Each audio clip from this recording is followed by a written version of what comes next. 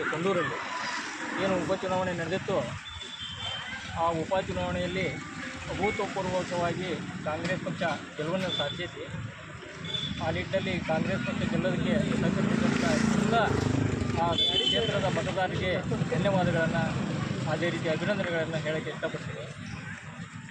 ನಿಮಗೆ ಏನು ಈ 1.5 ವರ್ಷದಲ್ಲಿ ಸಿದ್ದರಾಮಯ್ಯನವರ ಸರ್ಕಾರ ಅಸ್ತಿತ್ವಕ್ಕೆ ಬಂದ ನಂತರ ಏನು ಹಿಂದೆ 5 ವರ್ಷದ ಕೆಲಸ ಮಾಡಿದ ಅಭಿವೃದ್ಧಿ ಕೆಲಸ, ಅದೇ ತೆರನಾದ ಅಭಿವೃದ್ಧಿ ಕೆಲಸಗಳನ್ನು ಪ್ರಾರಂಭಿಸಿದಾಗ ಆದರೆ ವಿರೋಧ ಪಕ್ಷದವರು ಸುಮ್ಮನೆ ಇವತ್ತು ಮೂಢ ಹಗರಣ ಅಂತ ಇರ್ಬೋದು ಅಥವಾ ವಕ್ಫ್ ಹಗರಣ ಅಂತ ಇರ್ಬೋದು, ಇಂಥ ಸುಮ್ಮನೆ ಸಣ್ಣ ಸಪುಟ್ಟ ಏನು ವಿಷಯಗಳನ್ನು ತೆಗೆದುಕೊಂಡು ಅವುಗಳನ್ನು ರಾಜ್ಯಾದ್ಯಂತ ರಾಷ್ಟ್ರಾದ್ಯಂತ ದೊಡ್ಡ ಹಗರಣ ಅನ್ನೋ ನಿಟ್ಟಿನಲ್ಲಿ ಬಿಂಬಿಸೋಕ್ಕೆ ಪ್ರಯತ್ನ ಮಾಡಿದರು.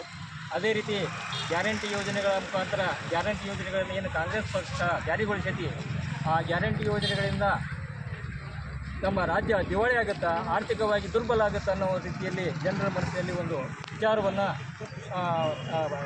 ಕೊಡೋಕ್ಕೆ ಪ್ರಯತ್ನ ಮಾಡಿದರು. ಆದ್ರೆ ಅವನ್ನೆಲ್ಲ ತಿರಸ್ಕಾರ ಮಾಡಿ ಏನು ಈ 3 ಕ್ಷೇತ್ರದ ಮತದಾರರು ಅಂದರೂ ಒಂದ, ಕರ್ನಾಟಕ ರಾಜ್ಯದ ಜನತೆ ಅಂದರೂ ಒಂದ ತೀರ್ಪು ಇಷ್ಟ. ಸಿದ್ದರಾಮಯ್ಯನವರು ಮೂಢ ಹಗರಣದಲ್ಲಿ ಯಾವುದೇ ರೀತಿ ಅವರ ಪಾತ್ರ ಇಲ್ಲ, ವಕ್ಫ್ ಕೂಡ ಒಂದು ಹಗರಣ ಅಲ್ಲ. ಅದೇ ರೀತಿ ಗ್ಯಾರಂಟಿ ಯೋಜನೆಗಳಿಗೆ ನಮ್ಮ ಸಂಪೂರ್ಣ ಬೆಂಬಲ ಐತೆ ಅನ್ನೋ ಒಂದು ವಿಚಾರ, ಈ 3 ವಿಚಾರಗಳನ್ನು ಜನರು ಅನುಮೋದನೆ ಮಾಡ್ಯಾರ ಅನ್ನೋದೇ ಈ 3 ಉಪಚುನಾವಣೆಯ ಫಲಿತಾಂಶ ಅಂತ ನಾನು ಈ ಸಂದರ್ಭದಲ್ಲಿ ಹೇಳಕ್ಕೆ ಇಷ್ಟಪಡ್ತೀನಿ.